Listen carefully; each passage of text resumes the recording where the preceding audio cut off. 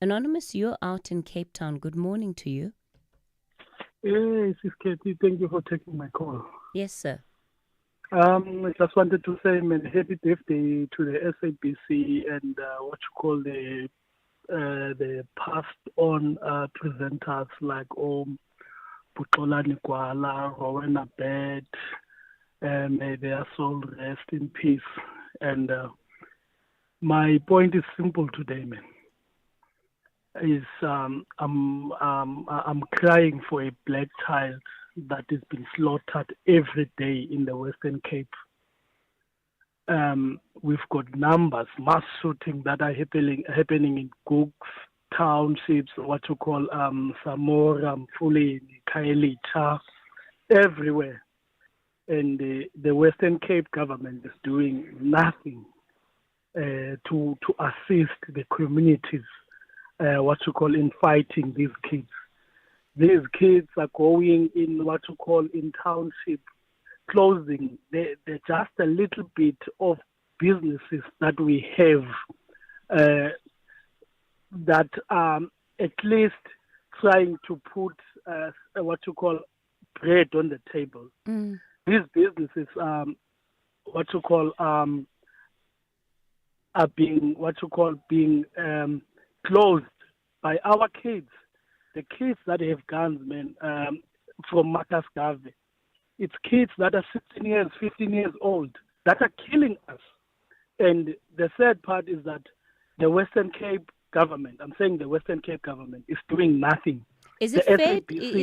Is it fair to say they're doing nothing, Anonymous? It's fair, ma'am. I can say that.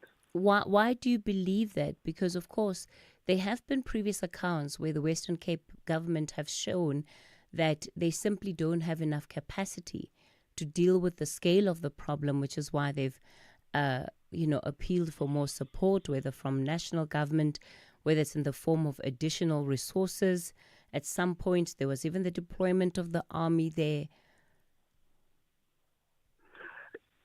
They've got the capacity. I will give you one practical example because I'm staying here in the Western Cape. Mm.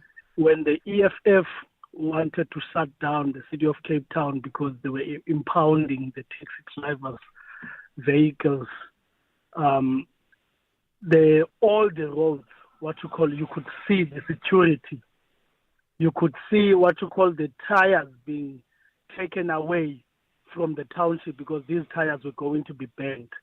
But what I'm trying to say is that on that day, when the EFF called for a shutdown, I'm saying everywhere when I say Cathy, in every township, you would see visibility of the law enforcement. I'm not talking about the police, because they've got enough muscle when it comes to law enforcement. They've got enough muscle when they have to protect the interest of the of the Western Cape project.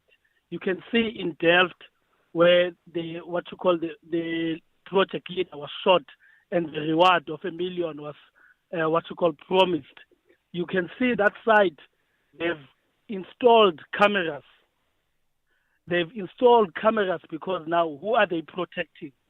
They are protecting theirs. So it's just a word, because now it's not a white person that is dying. It's a black people that are dying. So they will tell you that we don't have enough resources. But when it comes to protecting their own resources, I mean, it's not fair when I say, Cathy, that 7 black people are killed every week, nothing is happening. Okay, Anonymous. Thanks for calling in with that issue. Yeah, it seems to be one of those that, unfortunately, over time, it has gotten worse and is getting worse rather than getting better. The issue of crime in the Western Cape, and particularly in gang-ridden communities, it's one of the things that a democratic government really should have prioritized, right? Looking into that and making sure that there's a way in which they're able to make a difference in the lives of the people in those communities, particularly post-democracy. It's 10 o'clock. It's time for your latest news.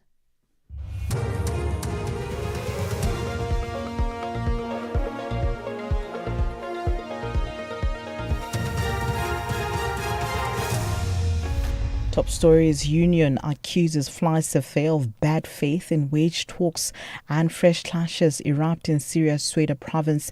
With the news, I'm Dino Motaung. Good morning.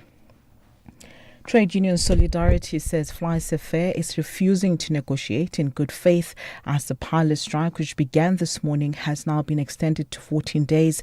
The union blames the extension on the airline's decision to lock out striking pilots.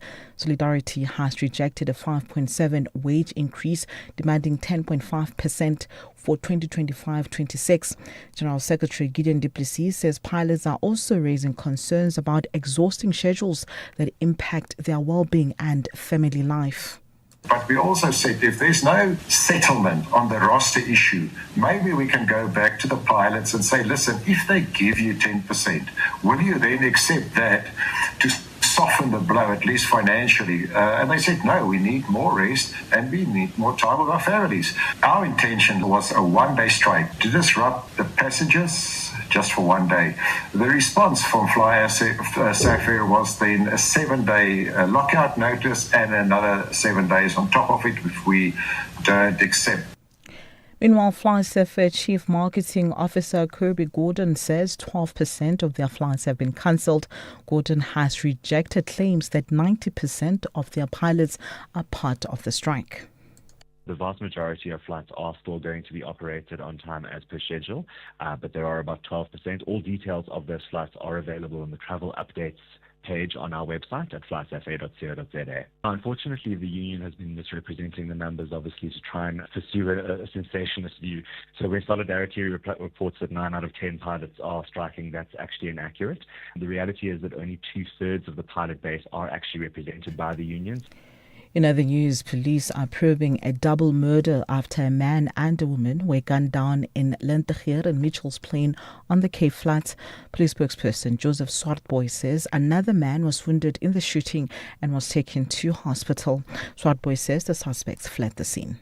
Upon arrival in Lobelia Street, they found the bodies of a male and a female who sustained multiple gunshot wounds. The victims were declared deceased on the scene by the medical personnel.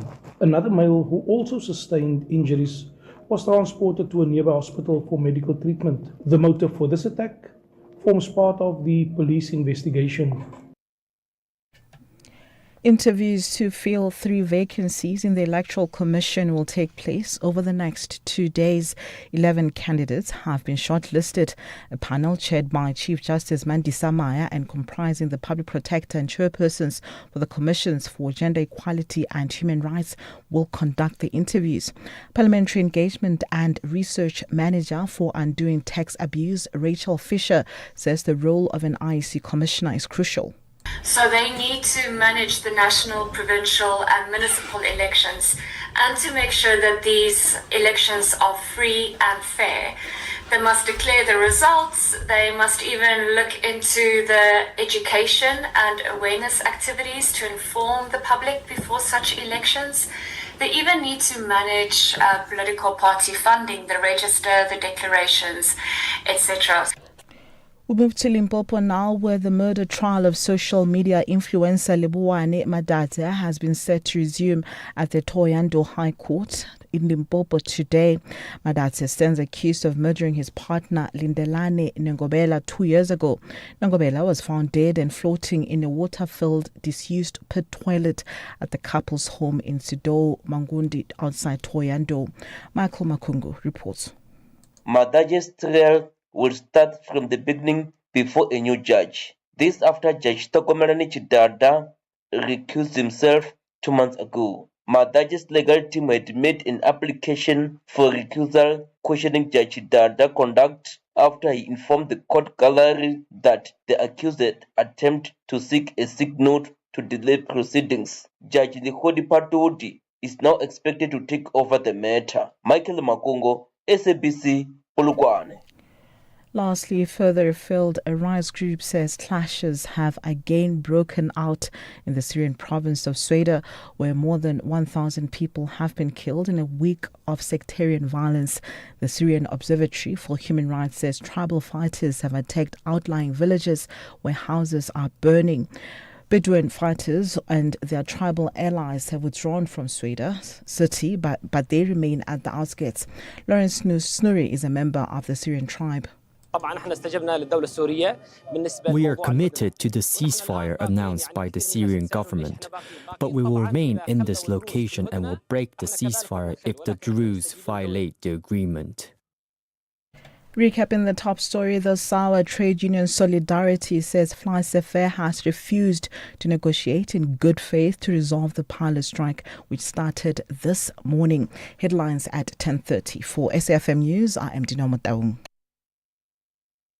From the shows that bring us laughter to the moments that inspire us, your SABC TV unites South Africa.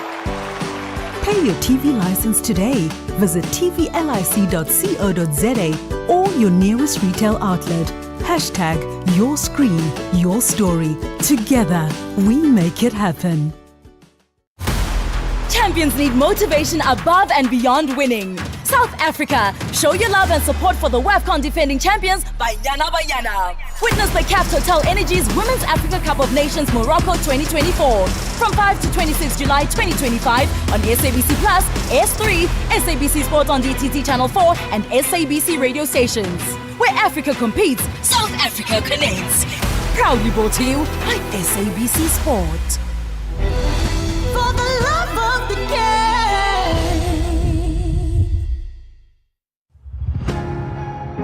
SAFM, in collaboration with the Standard Bank Joy of Jazz, brings you the Jazz for Young People concert happening at the National School of the Arts on the 26th of July 2025. Tune in to Seasons and the Soundtrack of Your Life, broadcasting live. This unique event is a powerful celebration of youth, creativity, and community spirit. Bring the whole family to enjoy a wonderful day of world-class jazz from young musicians, curated by Zoe Mudicha, featuring National School of the Arts Band, Willow Crescent Magnet School of Music Band, Biko's Manor, and many others. Have fun while doing good. Tickets are available at Quicket for just 80 Rand and 50 Rand for kids under 12. SAFM, leading the conversations that move us.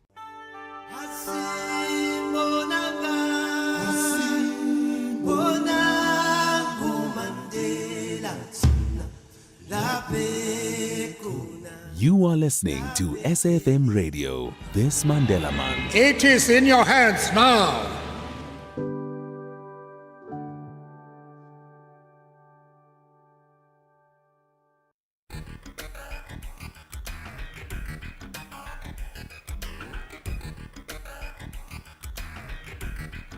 The Talking Point with Cathy Mohlahlana. Weekdays, 9 a.m. till midday.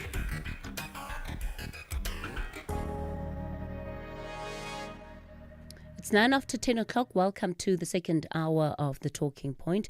Coming up in this hour, we're looking at the state of the police and in particular reaction of members of the force to what is happening in as far as the scandal and the crises that has gripped the South African Police Service and also how these matters are being dealt with. We'll hear from some of the significant unions within the SAPS on how their members then are reflecting on some of these issues. Before we get to that, lots of different voice notes and comments are coming through on the show this morning. I want to read this voice note. It's not signed. I think it's from Anonymous, who says, "Morning. Now I understand why it's difficult for the president to fire Minister Ngabane. It's because the list that is questionable in the portfolio committee could have been given to her by her masters at Luthuli House as part of cadre deployment process. That was not her own doing, because according to Mr. Duvanacher, they are working good with her department." So that's just one of our listeners there responding to the issue around the higher education minister. Bule in Bloemfontein says, "Morning, Cathy. The president must just fire the higher education minister. This is causing huge damage for the ANC brand." Well, let's bring you more of your voice notes and comments. Good morning, Cathy. Unfortunately, as a country, we're facing a time where the actual, as you were saying, state capture itself is supposed to have been done and dusted with. But what we are done and dusted with is actually the inquiry itself. And we're going to see the same thing unfolding with the latest inquiry that was set up in the case of Kwanazi. And really, we're just dealing with state capture inquiries, but the matters at hand have not been resolved or dealt with. And the deep state issue will be an issue that we're going to face very much so in this country. Bonga in Durban. Thanks, Cathy. Morning, Cathy. Lieutenant Kwanazi's allegations are causing parties to campaign for 2026 and 2029. And people are so desperate. They want quick cash. It's political industry. It's a business now. They want to be rich, to be Bill Gates of this country, pretending as if they are helping blacks. Who? Jesus must come back. Thank you, Katie. Kathy, is there a day when someone is not killed in our country? Because when you listen to the news, every day someone is killed. Every day. Then you will have someone like Panyaza Lusufi come and tell you that the crime stats are down. Where? It's becoming normal that in South Africa people must die every day. Something is wrong. There is something wrong in our country. Skosana here. Good morning, Cathy. I want to remain anonymous here in Cape Town. Cathy, one day I do hearing, one day I pick up a MP and I ask him about the crime. The answer, it was ANC MP, he said to me the answer is like, we cannot stop crime, otherwise we won't have business. So South Africa is the only country in the world on Africa where you see a lot of security company. Why? Because crime is somewhere part of the business. So that's why you see crime won't stop because it's part of the business. So anonymous here in Cape Town. Thank you. Morning, Cathy. I'd like to respond to Michelle on behalf of the president, even though I'm not in the presidency. I think Michelle needs to put herself in the president's shoes. I wonder sometimes when you're speaking from the grandstand, when you're seated on the side and busy saying, hey, this player that, this player this, it's very nice. It's very easy. The president can be a president, but then before he's a president of the country, he's a president of the ANC. So whatever that he does, it is to appease his political party. We don't have an independent president who answers only to the masses or to South African government. It's the unfortunate truth. And even if the president came from the DA or the president came from the EFF, those presidents have to answer to their political parties. That's the fact. That's how our political system is. Until that changes, the president will always have to please his party. Hi, Kathy. It's Joseph here from Randbeck. I don't know why we are so surprised about the Minister of Education. Look, we know it's an open secret that the ANC has got a deployment policy whereby they have to deploy their cadres everywhere in government, all three spheres of government and state-owned enterprise. So she got that list from Lutulia House. So that's why they will never fire her. Let's have the conversation. WhatsApp voice notes on 0614 104 107. Well, there's been mixed reaction to President Cyril Ramaphosa's appointment of a commission of inquiry into allegations of corruption against Police Minister Senzo Mchunu and some of the generals in the police service. The minister has since denied those allegations. He says he'll be cooperating fully with that commission. It, of course, has continued to bruise what is an already damaged image of the South African Police Service. Well, how is all of this affecting the public sector and in particular members of the SAPS? That's what we're hoping we'll be able to unpack in this hour. Let me welcome onto the show Mpho Kwinana, Secretary General of the Independent Policing Union of South Africa. Mpho, good morning to you. Good morning, Cathy, and to your listeners as well. Ruben Maleka is the General Manager for Public Servants Association. Ruben, good morning. Good morning, Cathy, and the listeners of SAFM, and good morning to Comrade on the side. Thank you. Later this morning, we'll also be joined by Lisiba Tobachale, who speaks for the South African Policing Union. Unfortunately, Pop Crew said it would not be available for the engagement. Mpho, let me start then with you. And we've all been looking at this saga from the outside looking in. What has life been like for your members? How has the sector been receiving all of these, not only allegations, but also what has since transpired, which is very clear that there are factions within the SAPS, and part of that seems to be the driving force behind what we see today? Cathy, I think the biggest challenge that we have in the SAPS is the issue of leadership. You will recall that in 2008, specialized units were closed down without conducting what we call a work study, which will inform management the rationale behind the closure and why they need to move away from the area offices, specialized units, towards another direction that they have decided then. And then these units which were closed, later on, they were forced to reopen them. We have managed to have the specialized units in child protection and family violence to be reopened fully, but the issue of the public order policing, we are still struggling today. And I'm touching on these issues, especially the public order policing, because of the violence that is flaring throughout our country. You recall 2021, July unrest. You recall 2022, the issue of mass shootings in the country, the issue of the torching of trucks in 2023.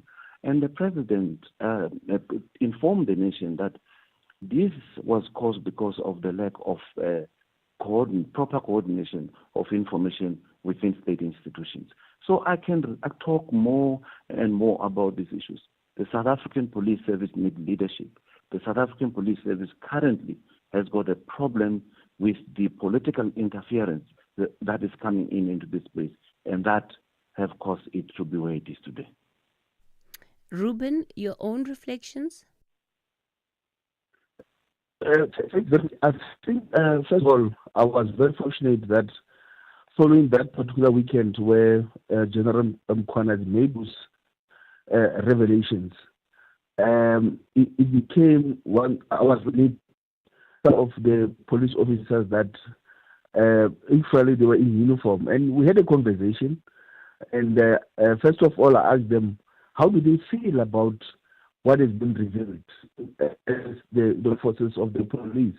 Because I could see that there are normal, not high-ranking officials, but normal, not the commissioned police, the normal police officers, and see that a lot of panic in their eyes. They are saying to me, look, they foresee that there's going to be a lot of fleeing, not necessarily resignation, but they believe that there's a lot of people in the high ranks that are going to have to run away from many things that have been happening behind the scenes. So we see this as allegations related to the minister and some of the key leaders. But I was given the impression that there's high-rooted kind of maladministration, corruption, and crime within SAPS happening at most of the levels, at the level. And that is why I could say that most of those that could be implicated or taking part in any form of corruption or crime are resigning or on the verge of leaving the police service, given the magnitude of the allegations and the fear of what the outcome would be of the investigation.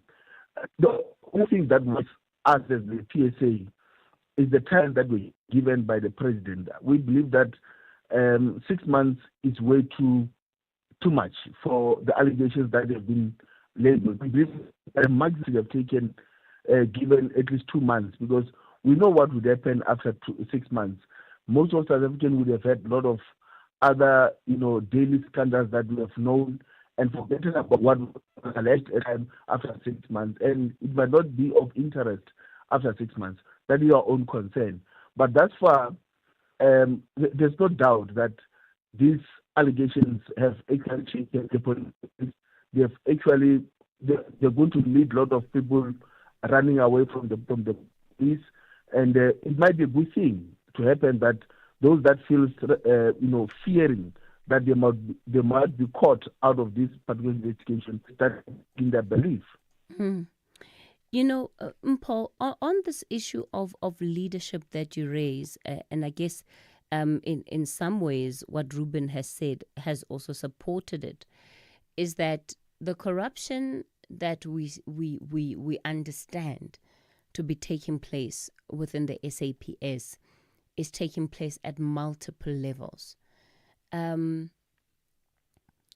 is not only concerning because there is that allegation in the first instance, it's also concerning because it means that even if you are a good policeman or policewoman, if you are to report whatever is happening at a local level, at a provincial level, at a national level, there is a very high probability of what you are saying not seeing the light of day, especially if those at the top are the ones that are in on some of these schemes.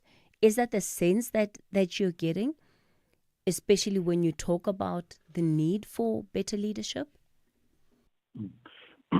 Exactly, Katie, because you will recall that there are a lot of police officials who have reported corruption in the past, and those police officers were purged out of the system. There is a lot of them that are within that are facing, disciplinary processes, which have been on for quite some time, I think 6 to 7 years. When you know that administratively, when a disciplinary process has been embarked upon you, the investigation should be finalized within 60 days. But because of political reasons, you will see them sitting outside the system for almost 6 to 7 years. You will also recall that the General Mkhwanazi, he jumped off from the protocol system. The one that is keeping these police officers who have reported, who have done what we call whistleblowing, are being purged. He decided to jump out from that furrow. Sorry. And then the people start asking, the police officers are asking, is it good to ignore protocols within the SAPS? Looking into what happened with General Mkhwanazi, who had the country support. He had everyone running behind him, but he had moved out of the police protocol. And then those who remained within the police protocol, and they are being punished because those people, the senior leadership of the SAPS, are in charge of the protocol. You stay within that furrow. They control the narrative. They make sure that they achieve what they want. If their aim is to remove you from the system, they will successfully do that. But at the end of the day, you will have lost everything. You lose your house, you lose your family, you lose almost everything that you have worked very hard for quite some time. So there is a serious challenge in the service. If you report the crime, you will be penalized. The issue of the Protected Disclosure Act, that is there. It works, but when you are back, they protect you. It will protect you from a little pressure that attacks that we get from the management. But I'm telling you today, they are using each and every piece of document or rule that is in the service to make sure that those that are involved in whistleblowing are kicked out from the system. Is that not part then of why a General Mkhwanazi would argue that he needed to act in the way that he did because of the internal purging? And I can hear you alluding somewhere in your statement to the fact that there is a sense of inconsistency in terms of how this matter has been dealt with, that if it were perhaps any other ordinary member of the police force, they would likely have faced some kind of sanction after breaking with that protocol.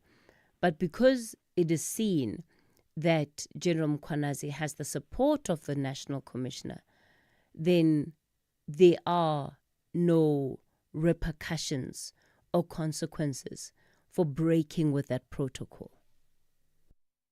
You're correct, Cathy, because let me just describe the issue of mutiny. Mutiny is when you publicly disobey or rebel against the lawful authority. What General Mkhwanazi did is exactly that. If this was done by an ordinary member on the ground, you may even have been locked up into the cells. It's a very serious offense.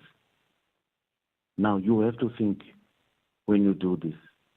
I think he had thought through all these issues when he jumped out from this protocol and do what he did. But I can tell you that an ordinary member on the street at a police station would dare not do that, because mutiny is a precursor to coup d'etat. Ruben, in as far as the question of leadership in the SAPS is concerned, are there particular things that you as a union look at and think, if these issues are not dealt with, they're going to continue to perpetuate the cycle of problems that have beset the SAPS over a series of years and probably even under different presidencies, is the reality now? Look, Cathy, I would want also at the same time disagree with Comrade Mpo on the fact that General Mkhwanazi was out of the protocol. Where we're sitting is that it is not everybody who's capable of applying the Protected Disclosure Act in the form of how General Mkhwanazi went on, which shows that he's brave and selfless commissioner and one of the police officers that we must be proud of as South Africans. That as much as protocol can be observed, I do not believe that protocol could be observed in the form when you have to apply a particular act. In this act is a disclosure act, and if you're going to follow protocol and forget about the Protected Disclosure Act, I'm definitely sure that we would have had the similar situation of what happened to Babita Deokaran and many other whistleblowers. Recently, what happened to one of the auditors at the Ekurhuleni municipalities. So it's evident that in the form where employees are trying to follow protocol, they will become victims of elimination. Because remember, if you do not do a public disclosure in terms of a disclosure act, and you make a grievance or kind of internal process, it's those that are implicated that would know. And that is when, without the knowledge of the public, we would get to know when the person is already eliminated, that was because of this reason. But we will not have facts because that person will be silent. Okay. And that is why Ruben, we believe... Ruben, I'm going to ask you to hold that thought there. I will give you an opportunity to continue with it in a moment. For now, it's 10:30. It's time for us to head on over to the news desk for the latest 10:30 news headlines. Thank you, Cathy. On the news headlines on SAFM, I am on Delambana, and a very good morning. Disgruntled Tembisa residents say they will stop at nothing until their demands are met. The residents took to the streets from the early hours of this morning and barricaded roads with rocks and burning tires over electricity tariffs increases. Gauteng Education MEC Matome Chilwane has warned parents against waiting until the last minute to apply for school admissions for their children. Chilwane was briefing the media in Johannesburg on the department's readiness for the 2026 online admissions. And trade union Solidarity says Flysa Fair has refused to negotiate in good faith to resolve the pilots' strike, which started this morning. A full update follows at the top of the hour.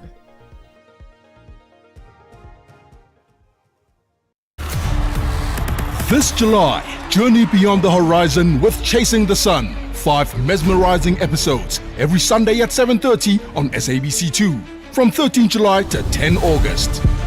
Feel the thrill of the adventure, the power of discovery, and stories that light up the skies. Missed an episode? No worries. Stream anytime, anywhere on SABC Plus. No subscription required. Chasing the Sun. Your Sunday nights just got brighter. Tune in to SABC2, Sundays at 7:30 or watch on SABC Plus on demand. For the love of the game. With the ever-changing financial landscape, it can be difficult to make sense of all the moves at times. Join me, Jimmy Moyaha, on the SAFM Market Update with MoneyWeb, Mondays to Thursdays, 6 to 7 p.m, as we break down the key market trends, top financial stories, and smart investment insights, all in one place. It's everything you need to stay financially informed and ahead of the curve.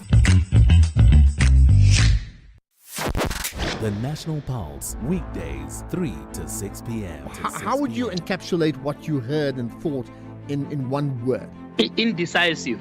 Now, he's saying we must wait for 6 months before he can tell us whether or not he thinks his Minister of Police is a crook or not. And I think this is unacceptable.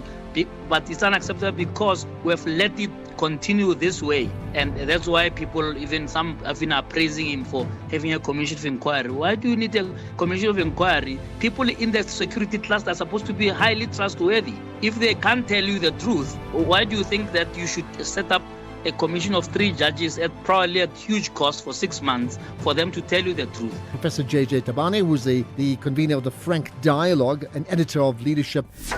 Ashraf Garda on SAFM. Find the podcast at safm.co.za. Conversations that you connect with and react to. SAFM. We continue the conversation on the talking point. We're looking at how the policing sector then has been responding to the crisis around the SAPS. Joining us, representatives of various unions this morning. Mpokwi Nana is Secretary General of the Independent Policing Union of South Africa. Ruben Maleka, General Manager, Public Servants Association. And in a moment then we'll also be joined by the South African Policing Union. So Ruben, you were talking about the fact that you believe General Mkhwanazi had little choice but to do what he did. Of course, that was the only option. And under circumstances, and obviously precedence is there, that many of those who follow protocol do not, their complaints or grievances do not see, the public scrutiny. It will be swept on the carpet. Alternatively, we'll find that many of them get eliminated permanently. We know what happened to, as I've indicated, to many that have said they were whistleblowers. Unfortunately, they're no more with us. And in this case, you can see this is not a small thing. It's a national crisis. It's a national crisis that we believe, and that is why they've been called to say that hands off Mkhwanazi, protect Mkhwanazi, because everybody can see that nobody expected such information to come out in this particular fashion.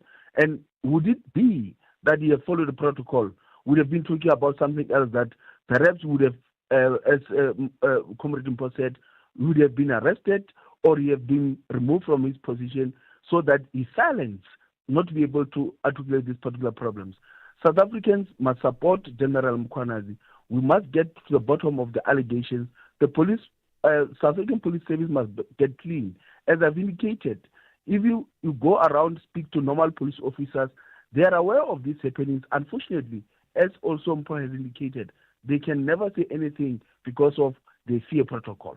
Yeah, look, and I hear what you're saying, Ruben, but there's also an important point that Mpho has raised, which is around the purging of police officers in sort of the normal rank and file of the force.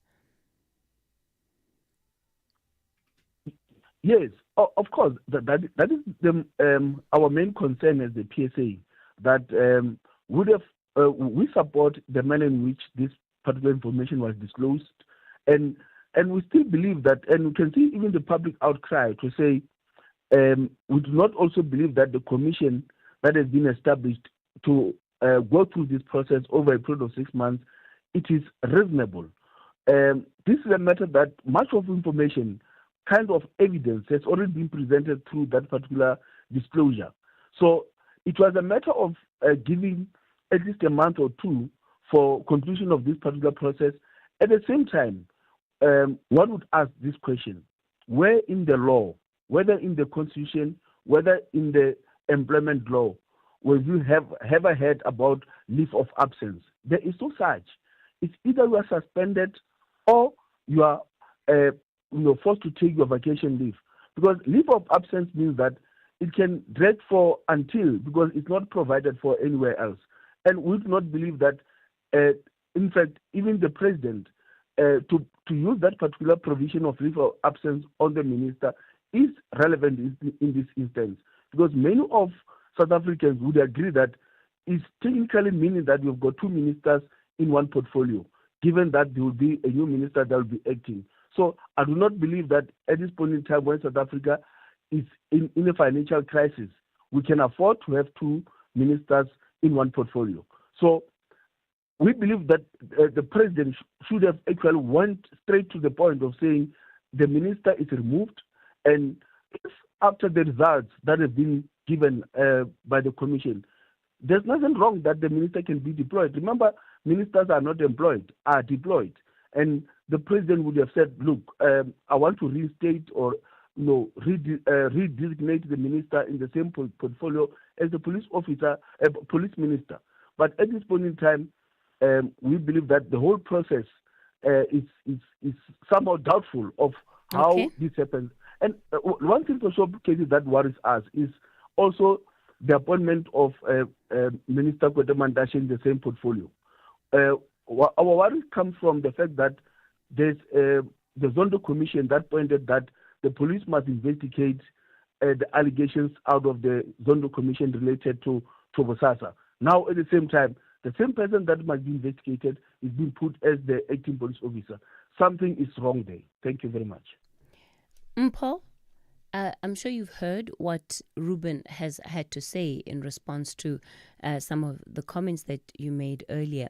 Now, the other thing I want to put on the table is that it seems to me almost impossible that deep allegations of this nature would exist and that, nobody else is aware of them, or that unions have not been made aware of them.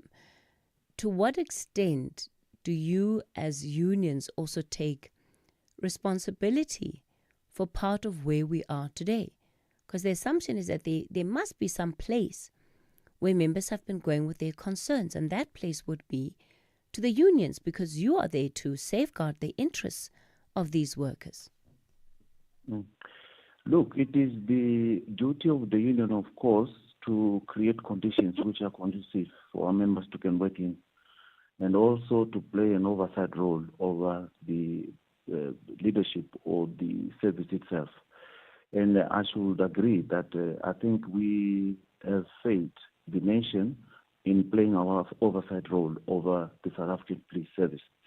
There are unions that are doing their best to ensure that management are held accountable for their actions. However, there is also these sets of unions, that have got improper relationship with the leadership of the South African Police Service. And once you do have that, you compromise the role that you have been established for. And that is why you see the problem, many problems that we have in the SAPS, because there are those that are siding with them, and there are those who are standing firm with the rule of law. And for that, we take the full responsibility for letting South Africans down. But we also want South Africans to note that we care about them and that we care about the department. The department is it's an institutional state, and there's government that runs it. And when there are issues that we are not happy about, we do voice them. We go to portfolio committee in Parliament and raise issues every year. You will see, if you follow on the portfolio committees, we go there and raise issues. But remember this, Cathy, you can say whatever that you want to say. If there are no consequences management, if there is no response from government about issues that are being raised with them, there's nothing that you can do. And that's why I applaud General Mkhwanazi for doing what he did. Because though foreign as it is in this environment of command and control, but at least South Africans are having a discussion today about the status of policing in our country. Okay. We hope that the Judicial Commission of Inquiry is going to give all those who are implicated an opportunity to come in and defend themselves. All right. Mpokwenana, will leave it with you there for this morning. Let me invite Lisiba Tobakhali, who is spokesperson for the South African Policing Union. Lisiba, good morning to you.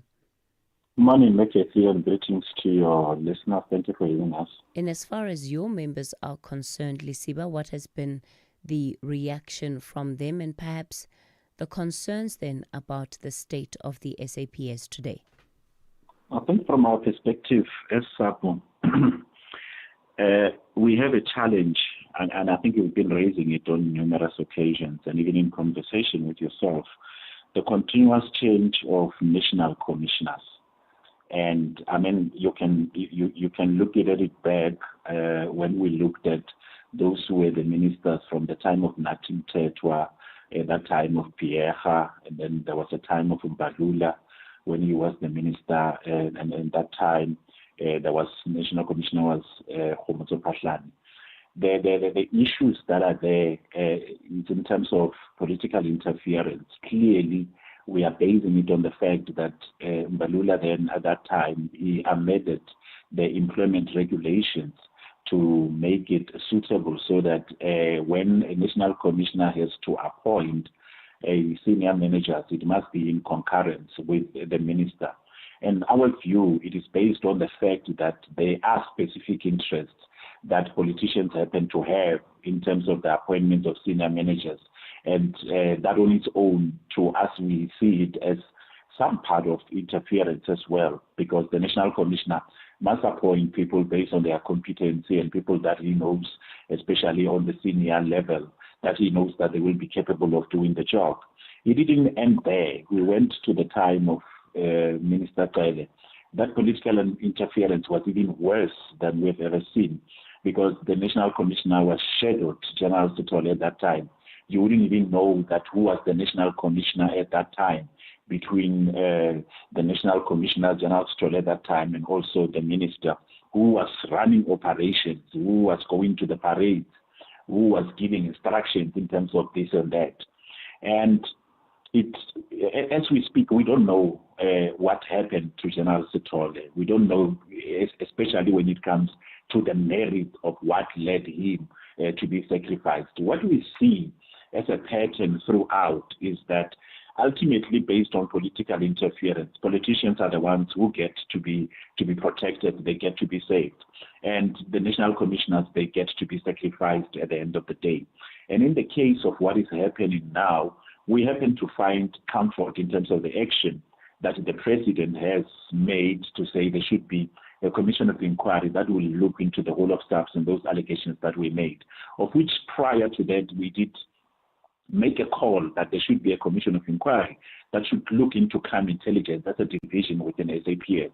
But we clearly now are comfortable that it is going to look even into broader issues within SAPS. But at the heart of it all, the issue of political interference, if we are not able to deal with it, it means that we'll still continue to see politicians having control of the day-to-day running of SAPS, and the national commissioners not being able to exercise their powers accordingly in this regard. And in terms of the morale of the police or of the members on the ground, which remains to be a concern, Cathy, because those who are on the high echelons, I mean, they rely on their ground forces. Without ground forces, they would not be able to really run SAPS. And logically, it does fit well to say, if they're on the high echelons, we don't have stability. Definitely, it really brings confusion to the members on the ground, because the ever-changing of national commissioners, issues arising from different national commissioners, does not bring stability within SAPS. SAPS, as an organization that is responsible for the safety and security of the inhabitants of the republic and also their property, it needs stability. And stability starts at the leadership level. But if at the leadership level we happen to have even those allegations that were made at that level, then that on its own, it becomes worrying. It really affects members, because now they happen to ask themselves to say, what is really going on? So those are the concerns, and we really hope that this commission of inquiry, as the president has established it, that it will really uncover a lot of issues. It will really uncover a lot of allegations that were made, in order for that when we move forward, we are able to move on a clean slate, and we don't happen to have a continuous political interference when it comes to SAPS. So, Lisiba, do you then believe, and I know that previously much of the attention has been on an institution like the National Prosecuting Authority, because ultimately they decide whether or not to prosecute matters. But in the same way that we have seen the NPA almost be this sort of center of attention in as far as the extent of the interference of politicians or those with political interests might be in prosecutorial matters. Is it your argument today that the South African Police Service has largely been in the same position, where you have political players that would want to co-opt it for and to serve their own interests? Yeah, no, it is true. It is a position we are placing on record to say, and from where we had picked it up. I mean, look at restructuring. When there's a new national commissioner who comes in, there is always restructuring that just gets to be featured. And you must remember, Cathy, that any national commissioner who comes, they want to come with their own general. They want to bring their own general. And then when this person leaves, is no longer a national commissioner, another one comes in, he will want to bring his own or her own people. And then you happen to have those high senior managers in SAPS who are disgruntled because those ones, the person that they came with is no longer there.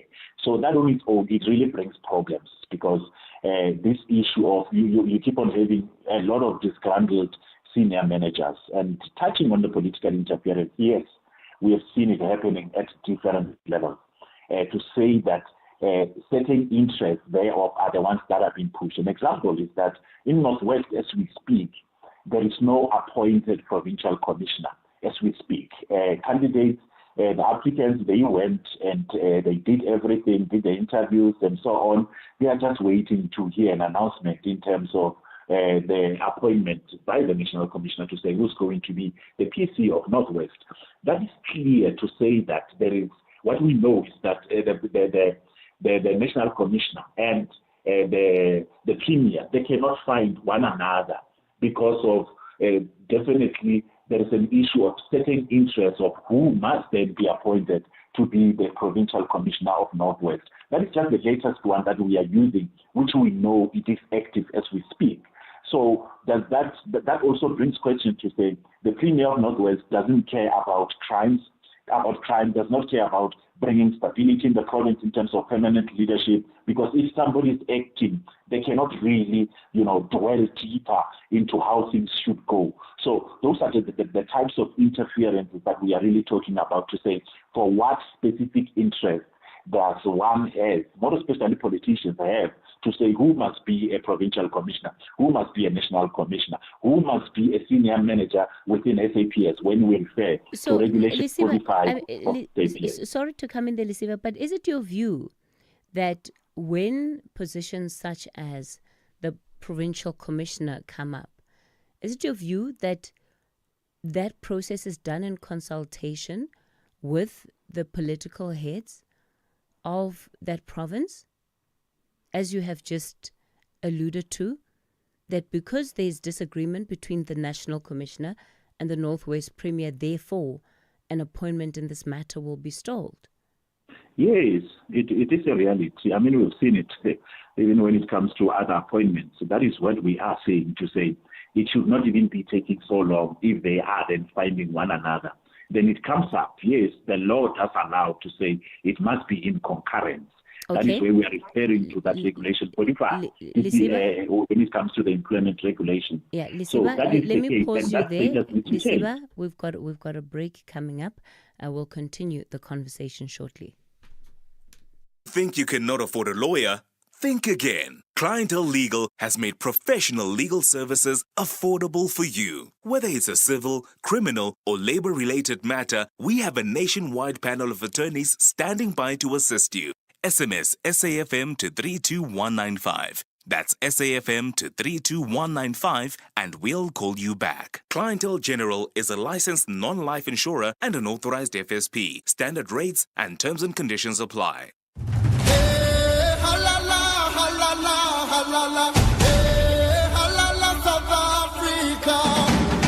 My name is Regina Mohlahlana, midfielder. Banyana, we are the African champions. My favorite hairstyle is short haircut. Between a farmhouse and a beach house, I will choose a farmhouse. If I receive a 5 million rent secretly, I will share with the team.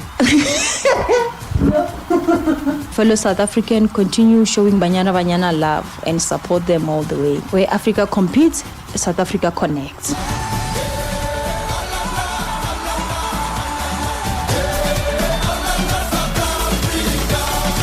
Proudly brought to you by SABC Sport.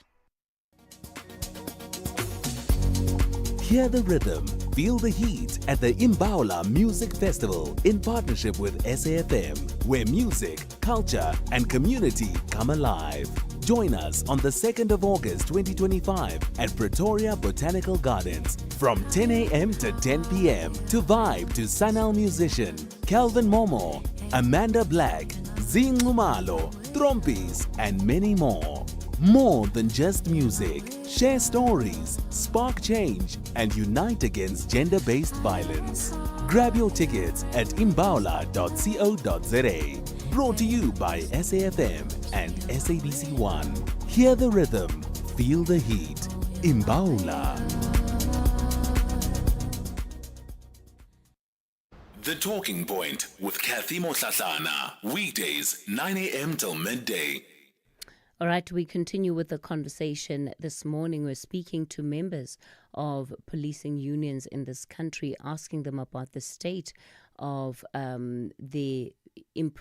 about the state of their members, rather, as unions within the sector, and their own reflections of the crisis that faces the SAPS.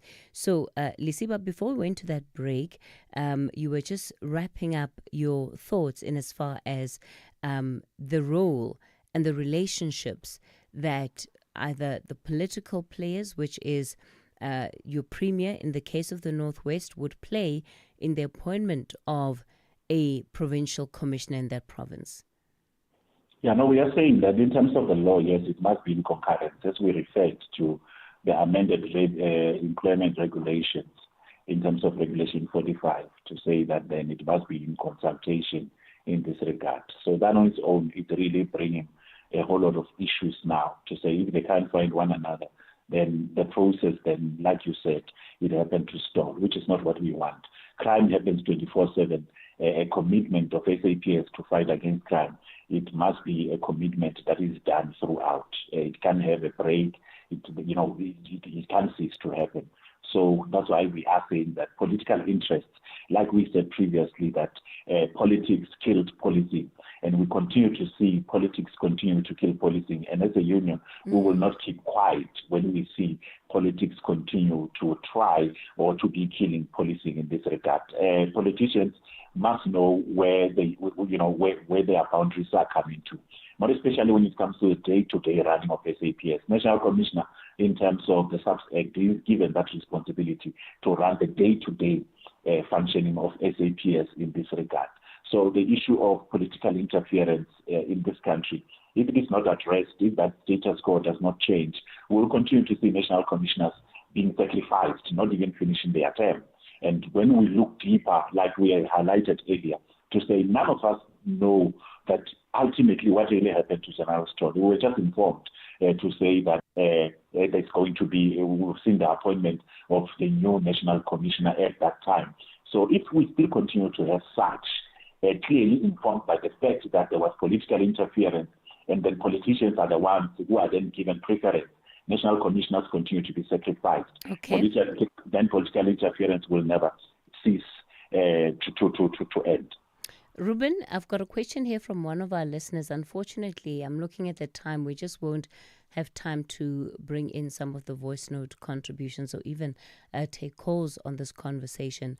But this listener is asking what your view is with regard to the high number of generals in the SAPS. Says that they're competing for space and power and are highly paid, whilst junior members are being paid peanuts. Look, first of all, the issues of salaries are one of the aspects that we've been calling for, to say we need to have a separate bargaining forum that can also look into the salaries of senior management. It's a general issue in the public service. We cannot attribute the high salaries of generals or commissioners only in the police service. It is a public service matter that needs to be addressed in the relevant forum. But before we move on, I wanted to touch on what Lisiba was talking to say that the executive authority, if it's rot, then the whole system will rot. And that is why we've been saying that the appointment of Kwete Mantashe as the acting police commissioner is a concern because it's tainted in the Zondo Commission. Secondly, we are also worried about the incoming minister, Professor Kachalia. We have noted in the media space that he has been actually, slamming the issue of shoot to kill, and we assess that to be actually indirectly in attack of what is happening in KZN, where when the criminals confront the police officers, they get shot and obviously they become victims. So we are worried about that particular narrative because it appears to be attacking, what is happening in KZN through under General Mkhwanazi to eliminate criminals. And we are now saying that with everything combined, the ground forces morale will still go down if the executive authority is tainted, and those that are now coming in are also discouraging the police officers. They are saying they must carry knobkieries, not firearms. So we're retracting, we're going back in terms of process of dealing with crime. Crime in South Africa is very high. More than 60 people die out of crime. So now we have incoming minister already criticizing those police officers who are trying to reduce crime, but saying that they must go back to the book. Are we going to send police officers now to go to university so that they can deal with it academically? You can never deal with crime academically without having a firearm. So we are worried as the PSA that we think that the president could have done better, could have looked into a clean ministers who are not indicated anywhere else. Why not even elevate two of the 18 ministers? There's Castle Matale and there's also Polibushelo that are ready. They could be taking over that position and they're not tainted elsewhere. So we do not believe that the president is serious about this issue of SAPS. And thirdly, the issue why the president made it even 6 months to investigate, 2 months was enough. So there's lack of agency on the side of the presidency to find out exactly what's the allegations that have been made out by General Mkhwanazi. All right. Thanks for that contribution, Ruben Malika. Lisiba, unfortunately, we're out of time, so we're going to have to leave it there, at least with the contribution of the unions that have members who are part of the SAPS. It's now 11 o'clock. Time for your latest news update.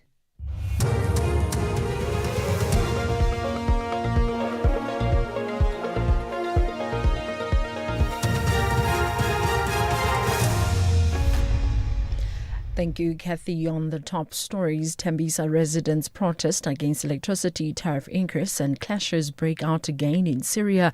For SAFM News, I am Ondelambana and a very good morning. Disgruntled Tembisa residents say they will stop at nothing until their demands are met. The residents took to the streets from the early hours of this morning and barricaded roads with rocks and burning tires over electricity tariff increases.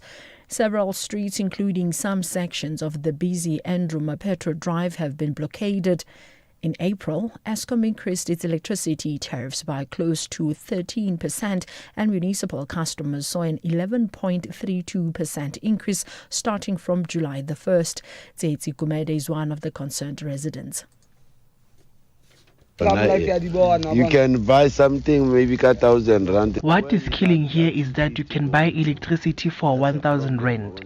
Then you get 750 rand. Where is that 250 rand going to? That's a problem. That's the reason the situation is tense like this. And most of these township houses are owned by pensioners. And these cronies can't even fight for themselves. Hence you see us out in numbers. Gauteng online school admission applications for learners who will be going to grades 1 and 8 next year will open on Thursday.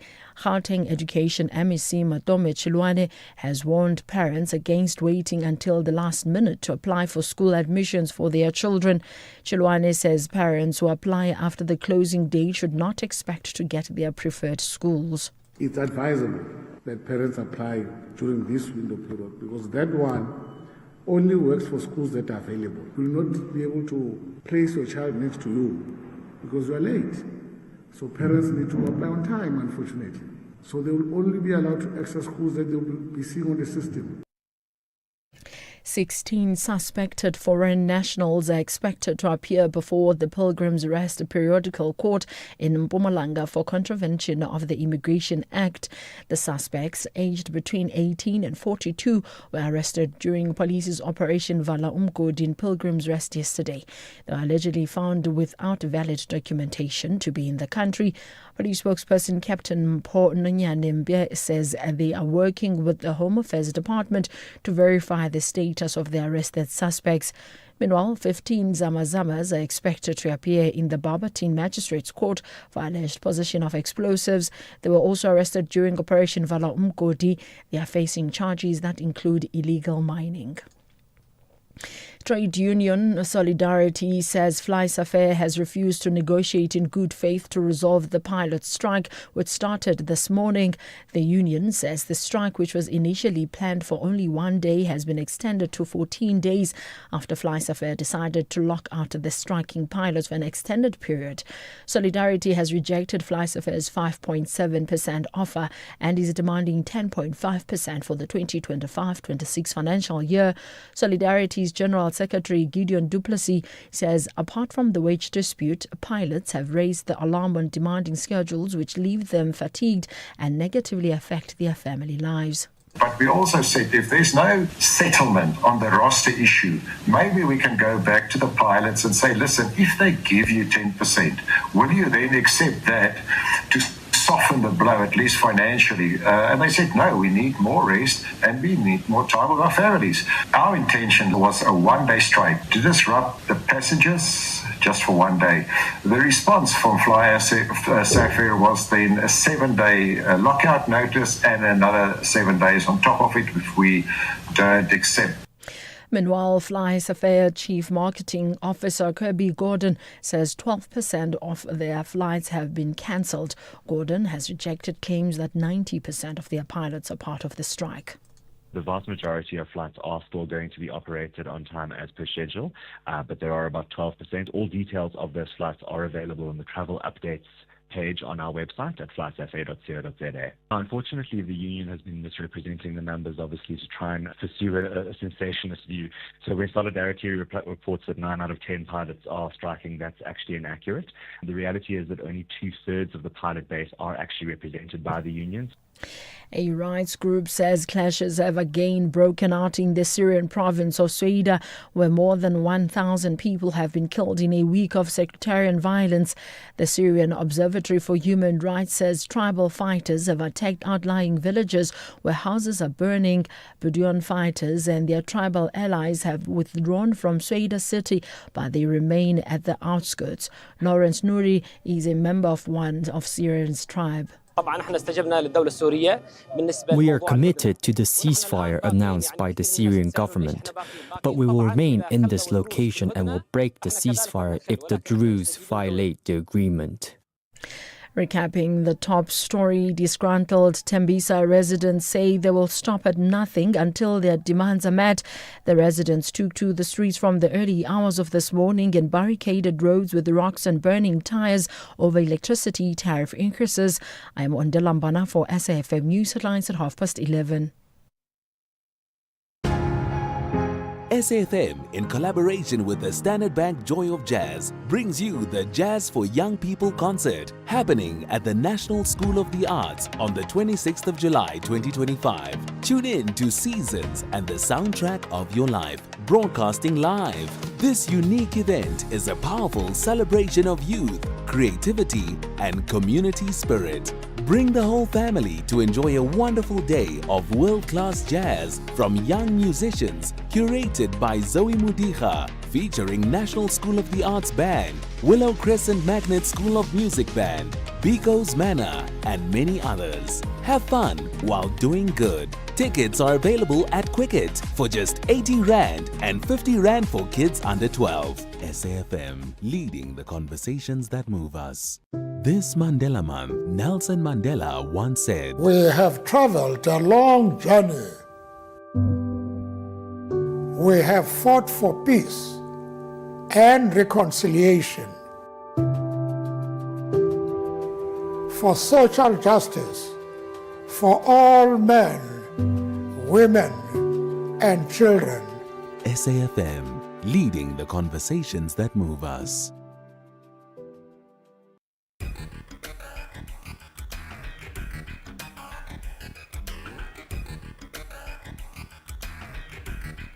The Talking Point with Cathy Mohlahlana. Weekdays, 9 a.m. till midday.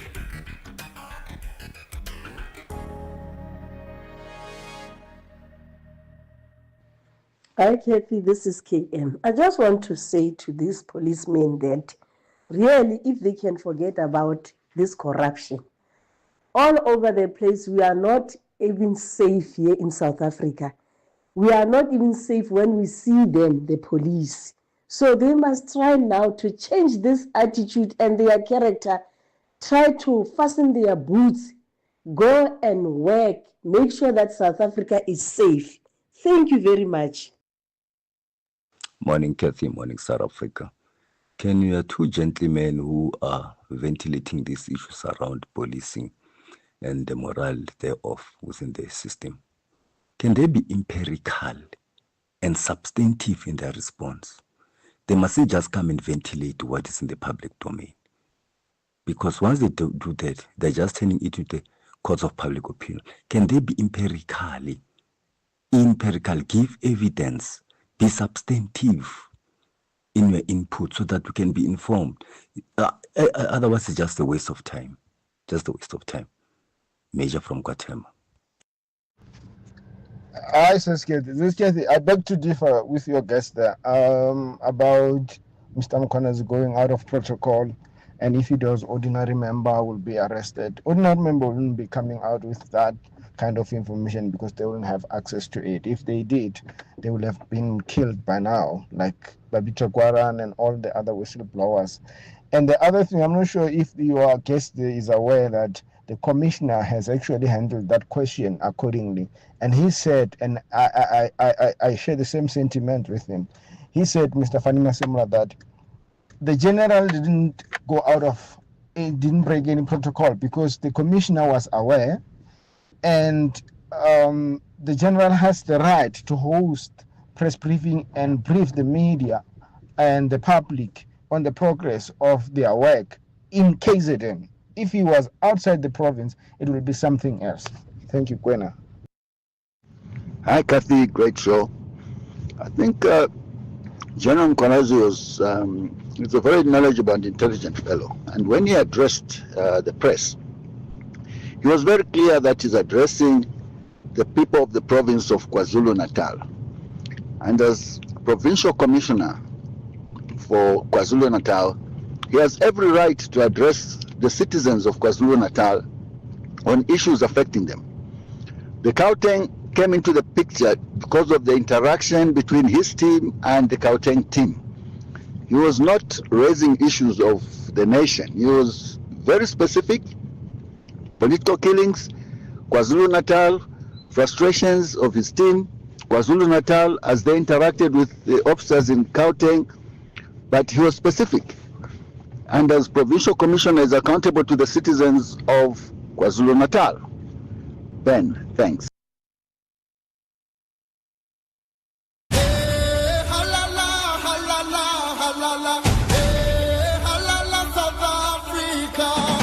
My name is Casey Gordon. I'm the Banyana goalkeeper. My favorite music is all over the place. I love listening to all kinds of things, but I'd have to say maybe pop culture. My favorite pet is my cat. I love cats. They're so cute. My cat's name is Bailey. My favorite dish is pizza. Obviously, it's not a great dish as an athlete, but I love pizza. When I'm not playing football, I love to be with my friends and my family, and I love playing netball as well.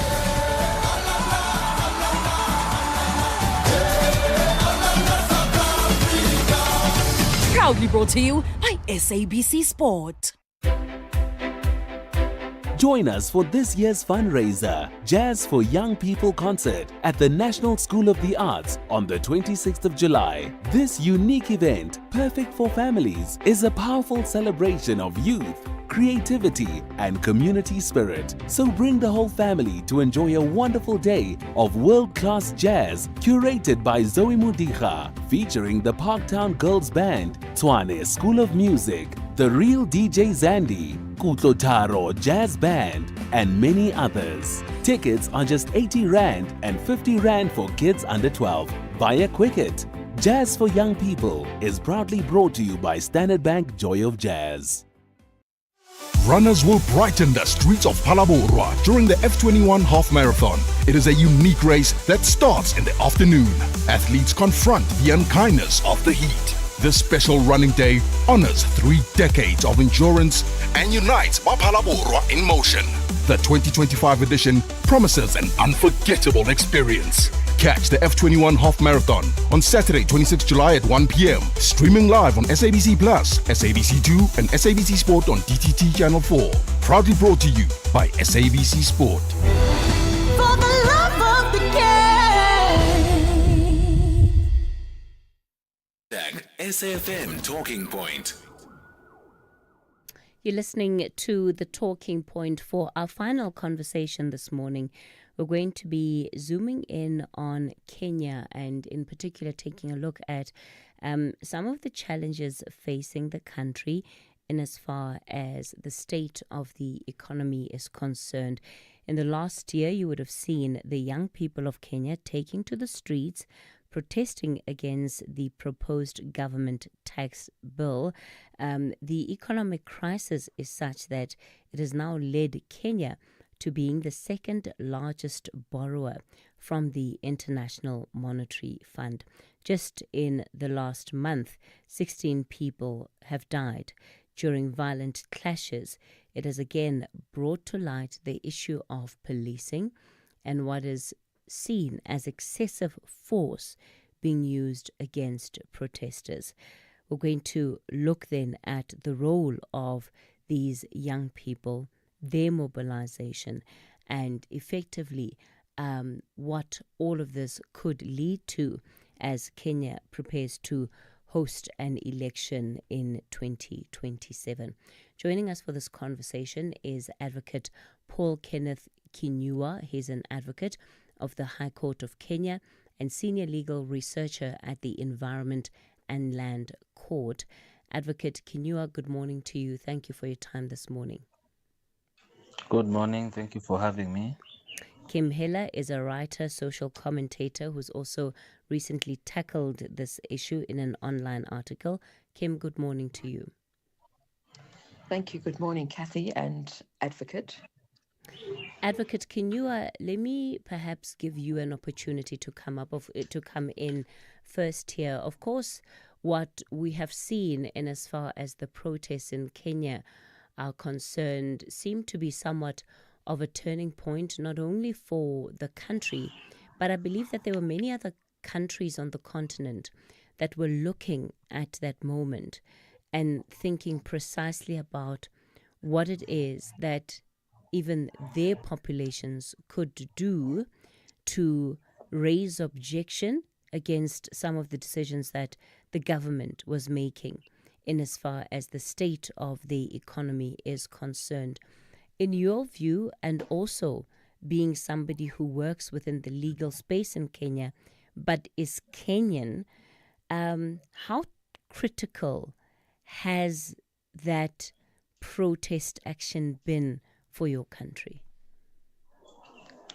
Thank you very much, SAFM, for this opportunity. As a person living and working here at home in Kenya, I am very, very much concerned with what is happening, particularly the response by the government to the protest by the youth, which began last year in June. You interviewed me last year at around the end of June when the protests started. And I remember mentioning to you that the youth were united, that the protests which were led by the youth were actually devoid of ethnic cleavages or tribalism. So the protests which began last year in June were a new event in the life of our nation, because we are the record which we have is that there's particular ethnic groups which are identified with demonstrations. But the demonstrations which began in June last year involved youth from all the groups. The reaction of the government to that has been regrettable, to say the least, because a lot of force and violence has been visited on the youth. You have mentioned that about 16 people died on the 7th of June, or of July rather, when they were protests broke out.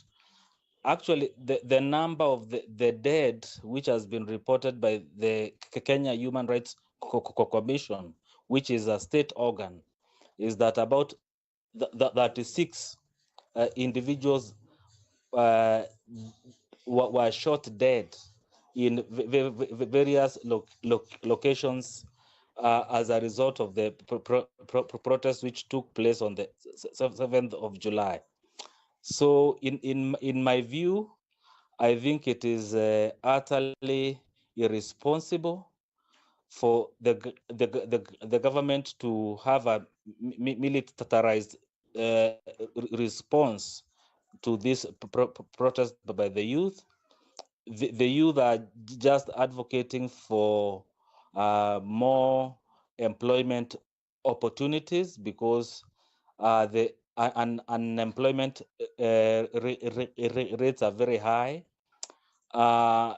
we produce about a million university graduates every year, but only about 200,000 can be able to be absorbed in the market. So we have got a backlog of unemployed youth from our universities, colleges, and other institutions, and I think it is utterly inhumane for the government to seek to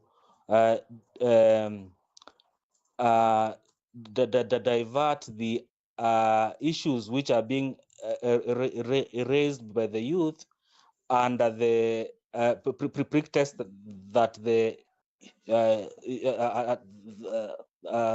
youth are uncouth, they are criminal elements, and so on. I think that the government ought to give a better approach, which is more listening to the youth. Thank you. All right. Thank you for those reflections, Paul. Kim, speak to me about what perhaps has caught your eye about what we're seeing unfold in Kenya, in particular in relation to young people. Thank you. I think the advocate presented that very astutely. And what we're seeing in Kenya is, I think, a betrayal of the youth. And we must remember that the current president, William Ruto, campaigned a lot around empowering and invigorating youth development. He spoke about, I think his campaign was called Hustling, but in a good way, where he was going to re-energize the entrepreneur spirit amongst the youth and infuse opportunities. So here is a president who won on a very thin margin against Otinga, and he's betrayed the youth because his promises of a better life have not come to the fore. And I think it's on that disappointment and the breaking of that fundamental problem that we see a lot of youth dissatisfaction spike. So I think the opposition against the finance bill is often seen as a one-issue campaign, but it's not. It's reflective of a general level of satisfaction and legitimate grievances against an economy that was said would be reconfigured to work for the youth, but it's failing the youth. We're looking at, if you have to look at figures of unemployment of the under 35s in Kenya, it's shocking. Actually, there's no clear indication of what the real unemployment figure looks like, but it veers anything from about 35 to 62%. And, that's a damning indication of a government not working for its youth. And just to support what the advocate is saying, the brutal state force, even in the graphic detail of the president to say, shoot the limbs of people that loot, is just, to me, a sign of an illegitimate government. That any government that has to use force against its youth, to me, has lost the war of legitimacy. Do you get a sense, Paul, that Ruto's government has been caught completely off guard? I guess we saw that initially when the protests broke out last year. But do you perhaps think that they didn't anticipate that it was all going to last as long as it has? And not only last, but that it would also grow to become what it is today? Well, I wouldn't know whether they have actually underestimated it or not, but I would say that their response to the issues that are being brought out by the youth has been what I would call defeatist, because the government appears to assume that by deploying the police and even the military on the streets, that they'll be able to rein in on the youth. which I think is misplaced, because the youth are the biggest segment of the population of Kenya. So their issues cannot be ignored. Number two, the government of Ruto, when it entered into office in around August 2022, immediately began to enter into some agreements with the IMF. And as a result of the agreements entered into between the government and the IMF, we saw an increase in the tax rates. We saw the introduction of new taxes on basic goods, which then were able to galvanize the youth to protest.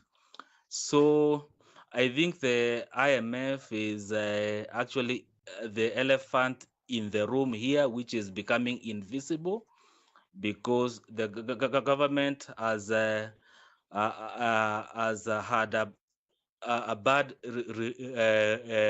relationship with the youth as a result of the policies imposed by the IMF.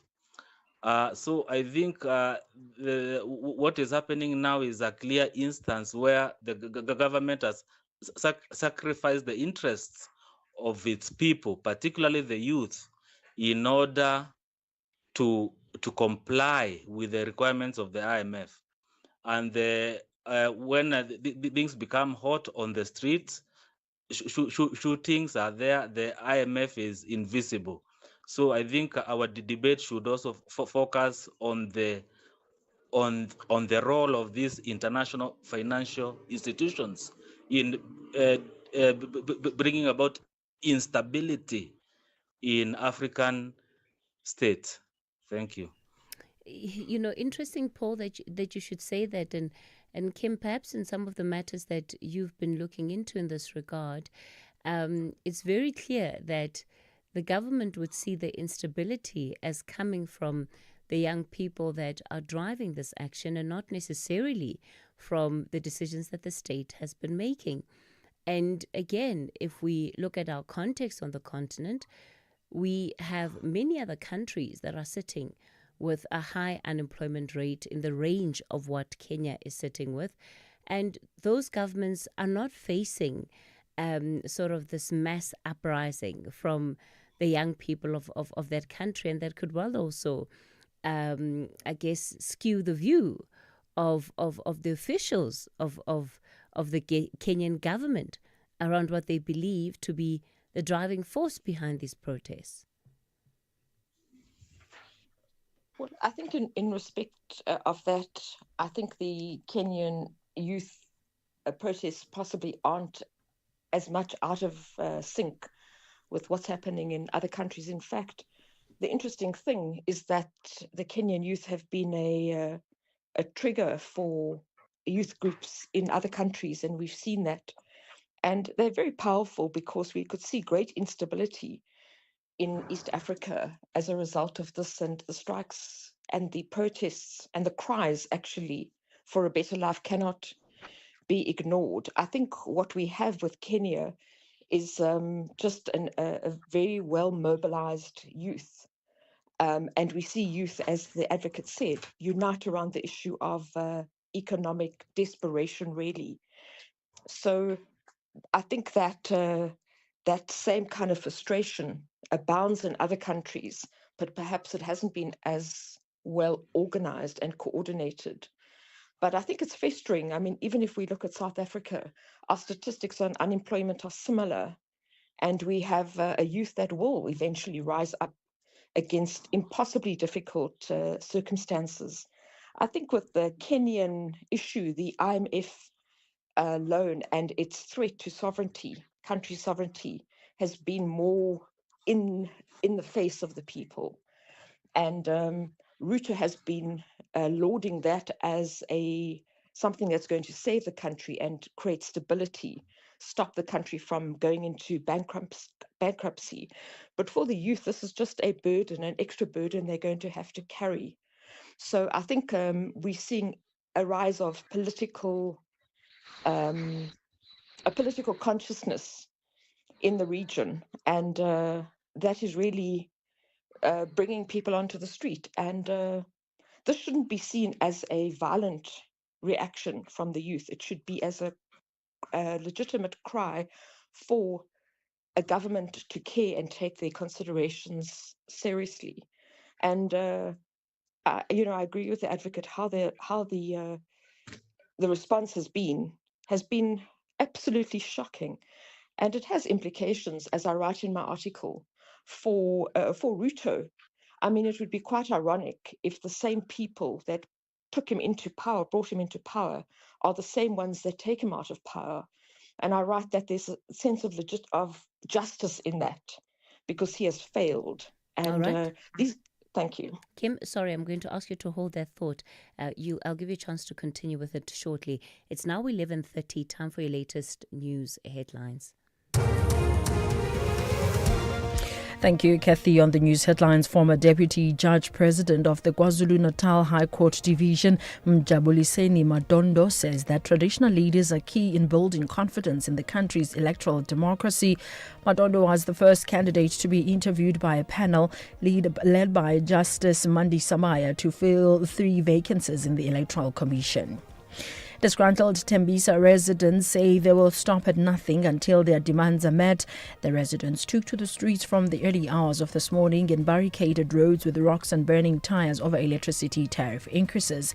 And artificial intelligence won't take over human jobs, but people who know how to use AI effectively just might. That's according to Director of the Good Work Foundation South African United Kingdom Boards, Mosidi Modise. A full update follows at the top of the hour. Here, there, and everywhere. SAFM 105.1 FM in Johannesburg.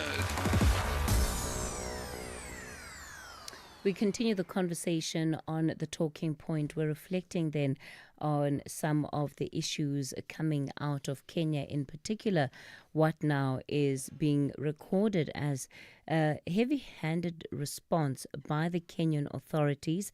This is to protesting young people who are fed up with the state of the economy. They're facing high unemployment, high inequality levels, political exclusion, amongst others. And of course, they are also continuing to see their economy suffer the impact of the continued borrowing from multilateral institutions, including the IMF, where Kenya is now the second largest borrower.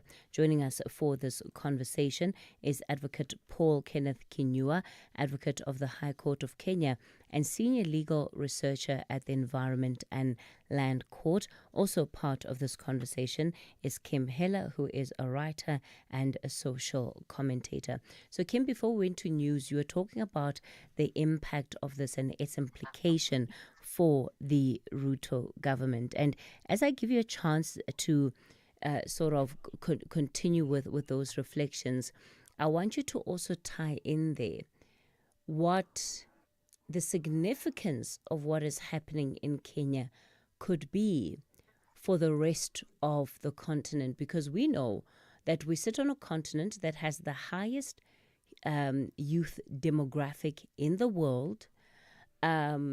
And the idea of young people being able to stand up for the exclusion that they face, being able to stand up for what they believe is a right to air their concerns, which is often closed off to them because of the design of government, what the implication of that could potentially be for the rest of the continent. Yes, I think the question that you ask is absolutely pertinent. And we need to, and how this is then handled by the Kenyan government is critical. Because what we've seen is that Kenya, that has long been a beacon of stability, is actually becoming a place of youth rebellion, as it should be, given the circumstances. So on a broad scale, we see that could give fire to many protests in that region and beyond, even in South Africa. And we also see the effect on quite fragile trade links across East Africa and even into the continent.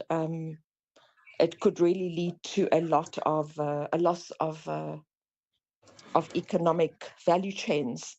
And also, if we look at the refugee status in Kenya, I think there's lots of areas and where there's a lot of instability, and I think this could actually mount into a campaign that goes beyond just the youth of Kenya. So the implications are serious, and the answers are simple.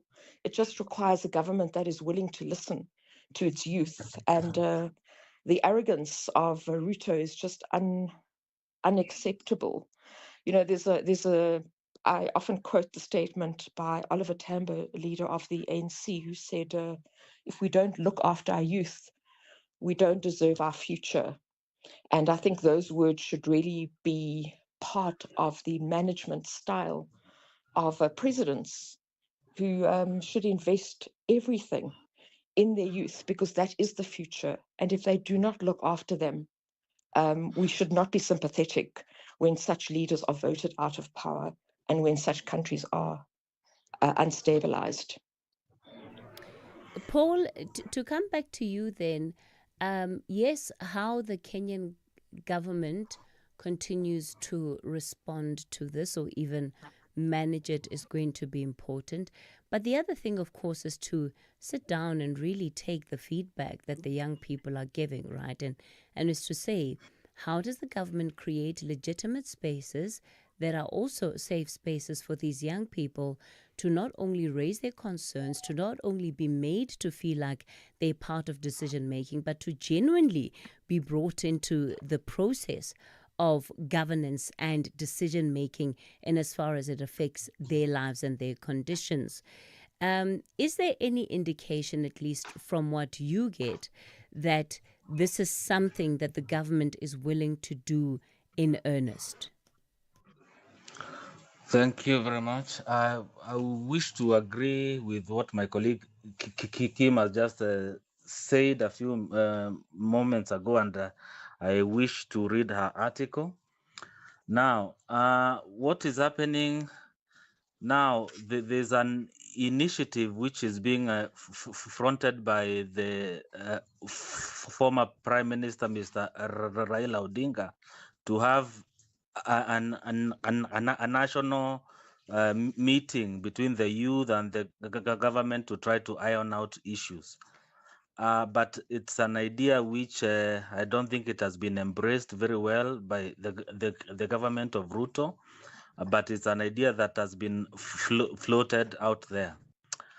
I think there's a big disconnect between the reaction of the government and the issues at play, because the issues, as you say, are big issues. The issue of unemployment of the youth is not an issue that can be handled by using the police and the military. I think it's an issue that would require a meeting of all the stakeholders, particularly the youth, because they are the ones that are looking for work. They are uneducated. You also know that the internet connectivity is very high. Yeah. So the youth are very much aware of what is happening in places like Burkina Faso. They can see the leader of Burkina Faso, Ibrahim Traore. They can see what he's doing for his people, and so they are disappointed when they see that they are being ignored and actually being brutalized by their own government, which they put into office. So as I see it now, I don't think the government is going to abandon its militaristic stance. So I'm very much concerned, because I do not see any avenue for dialogue now because the government has dug in. It has described the people who are engaging in the protest as goons, and has unleashed the police on them. And I don't think that is going to change unless we have pressure from outside. But it would appear to me that the government is committed to actually unleash force to be able to deal with the issues which are being brought out by its youth, which I think is very regrettable. Thank you. A situation like this, Kim, is one that would very easily then also call or should trigger some kind of response from not only perhaps some of Kenya's neighbors, but certainly from some of the regional bodies that are sitting and watching this situation. Yes, absolutely. Actually, you make a very good point, because they should be called in as mediators. And I think Ruto tried. He thought that by bringing Atinga in, who I think got 48% of the vote in the last election, so he was quite a popular figure, would bring some type of stabilization. So perhaps, perhaps the EAS, I don't know if they do this, but the regional bodies could come in just to stop a greater rebellion, if not a revolution, which I think will spread by, like wildfire in East Africa, which can really not afford any further instability at the moment. So I think that's a good call. But just to pick up something on what the advocate said, is he spoke about how the youth are being villainized. And that's very, very problematic. The real solution does lie internally, where Ruto has to confront the youth and listen to them, because their grievances are correct. But it's almost reminiscent of the Marikana massacre here, where we had legitimate concerns by miners, and then the government shot them down. It almost has the same type of tone and lack of connectivity with government, who are totally out of sync with their youth, and that can only spur a dangerous situation. This, I believe, is going to get a lot worse, and that should worry us all. Yeah, look, and the point that you're making, that's really around how governments, perhaps beyond Kenya, struggle with dissent. And dissent can play itself out in multiple ways, not always only through protest, but there just seems to be, this lack of understanding of how to manage protests and how to manage criticism, or even take it in. And I'm really loath to use the word management, because I feel, criticism should not be managed. But if people disagree, there have to be legitimate processes through which those concerns are heard and understood, and hopefully ultimately dealt with. So, Paul, then, just before we wrap this conversation up, what do you think the future looks like for your country right now? Well, honestly, the future is looking bleak. I wish to bring it to your attention that about 2 weeks ago, there was a meeting of the mothers of the youth who were killed in the protest which took place in June last year. And the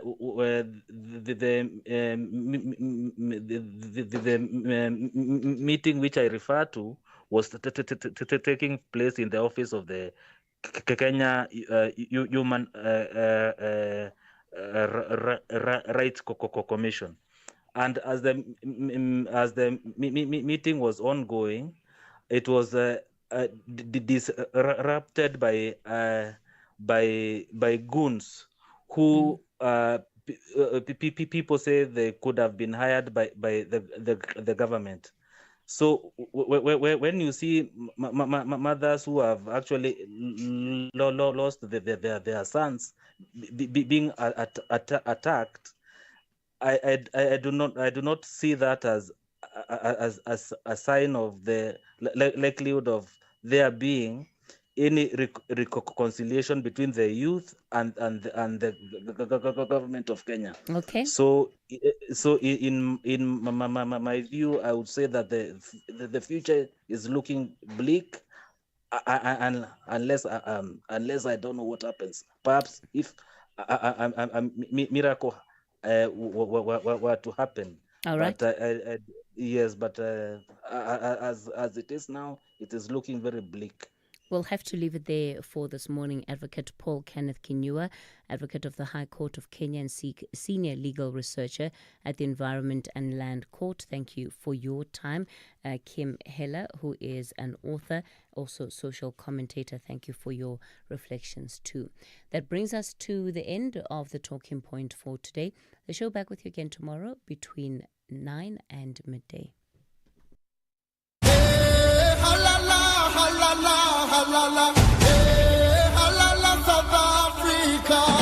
My name is Fikile Makama. I'm from Cape Town and I'm a defender. Between city life and village life, I will choose village life.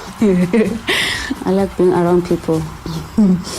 I would like to say to my friends back home, they know where I come from. They've seen my struggles. So me being here is me representing them and my family. We are the champions. Where Africa competes, South Africa connect.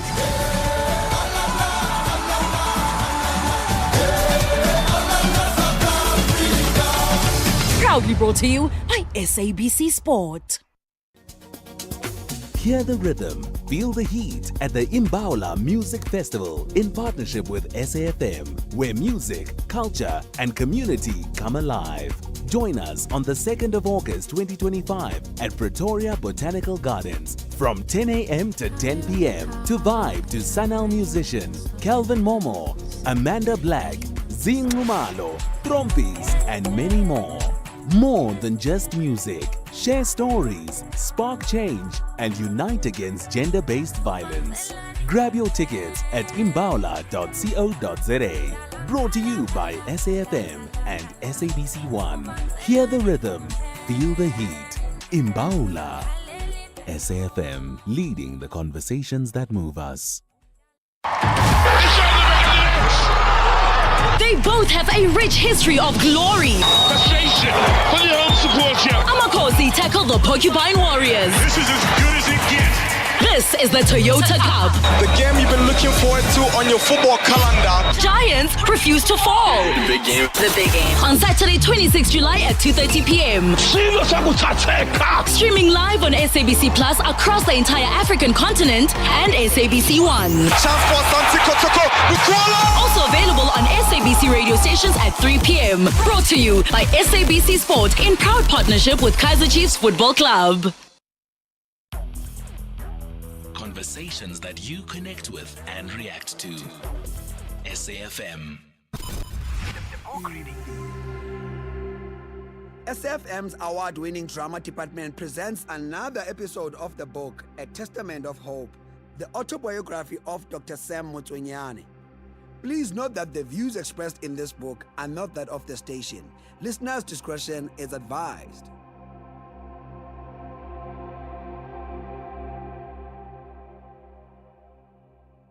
Another important project to be initiated by NAFCOC in 1977 was the establishment of a 51.49% partnership company between NAFCOC members and the Murray and Roberts Group. The joint venture company was called the African Development and Construction Company, of which I served as chairperson. NAFCOC itself formed a holding company called the African Development and Construction Holdings, of which I was also chairperson. Judging purely by projected population figures, it became quite obvious that if more houses and construction work was to be undertaken in future, it would be largely for black people in the urban areas. The burgeoning black urban population would eventually dictate how many houses were to be built and for whom. We felt that if more and more houses and construction work was to be done for black people, then the black business sector had a moral obligation to get involved in that industry. They deserved also to benefit from the spiraling growth generated by the establishment of more black townships and the continuous expansion of the overall construction industry. NAFCOC did, however, recognize the limited skills among blacks in this area. That is principally the reason Murray Roberts was approached to enter into a partnership with NAFCOC. NAFCOC entered into an agreement in terms of which Murray and Roberts had a management contract to manage the joint company for us. It was envisaged that this arrangement would ensure that the company operated under skilled and experienced management at all times. Secondly, it was hoped that blacks would be provided with the essential training by Murray and Roberts. During the 9-year period that the ADCC and the ADCH existed, hundreds of homes, business premises, and public buildings were built in Springs, KwaThema, Welkom, Krugersdorp, Roodepoort, Ga-Rankuwa, and Winterveld. Quite a good number of young people received some training in various aspects of construction work under the employment of ADCC. Those of us who were directly involved in the venture felt very proud to at least have had a black company that had contributed meaningfully towards the building of houses in the townships.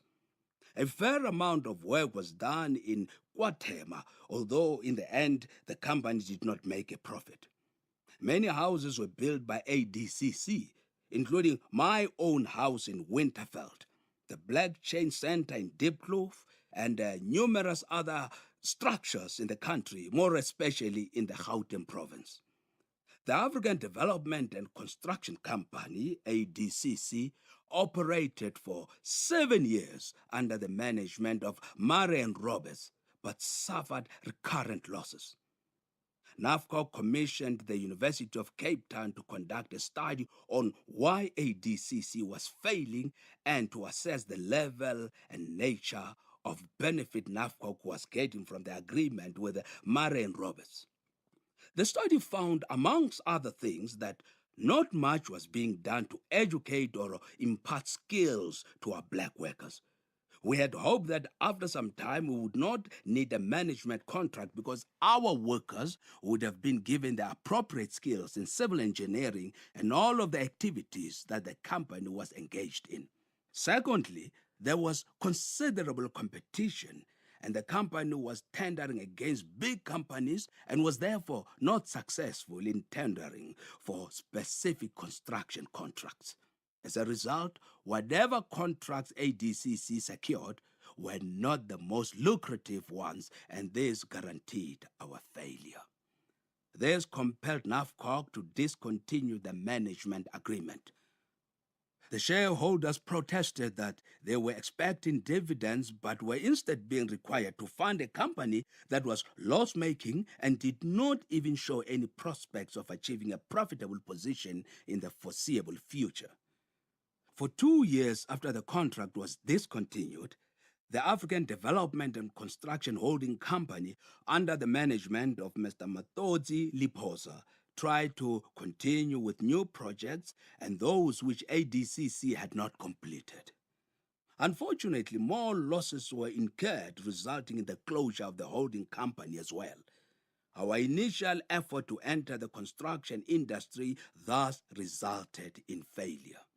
This, however, does not imply that efforts should not be made in future to resuscitate such companies as ADCC. There still exists a great need for black people to be fully involved in the construction industry and to compete with established companies like Murray and Roberts, Group 5, and other major construction companies operating in the country today. We learned many valuable lessons from this. Some of the impediments which face the company derive from the fact that the construction industry is a capital-intensive industry, and ADCC lacked the financial muscle to bid for the larger projects. I believe the government should participate in helping to fund small construction companies until such time that their owners have resources to support them. The other factor which prevented us from making progress is the fact that, as blacks, we were denied ownership of property and therefore lacked collateral. When you start dealing with banks and try to raise funds, you have to have security. Black people were unable to gain access to capital because they lacked security. This is still generally a problem for black business in our country today. Lack of security is closely linked to lack of ownership of fixed property. Even though it is possible today for our people to acquire land, very few of us have the resources to buy land and therefore to acquire sufficient security. In order to enable more black people to acquire the collateral required to access capital, I suggest that the question of lack of security be approached in a manner similar to that of Singapore, where much of the land is owned by the government and there is very limited scope for private land ownership. This is not unlike the situation in South Africa, where much of the land, especially in the rural areas, is communally or state-owned. As a result, most people in the rural areas lack security and cannot access loans from financial institutions where title deeds are accepted as the only form of firm security or credit worthiness. In Singapore, where individuals don't have title deeds, an unconventional method is used for evaluating credit worthiness. They evaluate first the person's skills. How much skill do you have to possibly do a good job with a project that you intended undertaking? Then they research the person's background. What sort of background does the individual come from? Is the person dependable or not? The potential funder may go to one's church or whatever group he or she is affiliated with in order to find out the sort of person that the applicant is, including their dependability and trustworthiness. Then they look at the potential of the project itself. Is this something viable if undertaken by the applicant? Is it something promising? If one has this type of person doing this type of project, is there a likelihood of success? If they are satisfied with your character and the viability of the project, they will give you the money. They don't go into the issue of ownership of property at all. This alternative approach is somewhat different from the Western system, where the criterion for determining creditworthiness is ownership of fixed property. With poor people who have no fixed property, it is prejudicial to ask them to produce collateral in the form of fixed property, which was denied them for such a long time. For the black people in South Africa who were denied ownership of fixed property in the urban areas until quite recently, it would be very difficult to accelerate access to capital simply by sticking to the conventional methods. It is, in my view, only if unconventional approaches to evaluate the credit worthiness of black people are applied that formerly disadvantaged black South Africans will gain greater access to funds from financial institutions. In 1977, as a consequence of widespread internal and external political and economic pressures imposed on the South African apartheid government, conditions were slowly beginning to change for the better for the black business community in the country. For the first time in 7 years, NAFCOC was allowed to present its views and make representations to the government through interviews with the then Minister of Bantu Affairs, Dr. Hans Kreyvagen. As I mentioned earlier, since 1969, when NAFCOC refused to have the organization broken up into ethnic units, there had been no direct communication between the chamber and the government. The first time that NAFCOC and the government started talking was in 1977. During that year, NAFCOC also submitted a comprehensive memorandum to the Rickett Commission on the socio-economic development of urban black townships. In 1977, NAFCOC also held its 13th annual conference at the Belleville Holiday Inn in Cape Town, which until that year was not allowed to host and accommodate black South Africans. 2 years earlier, NAFCOC had already begun to put its view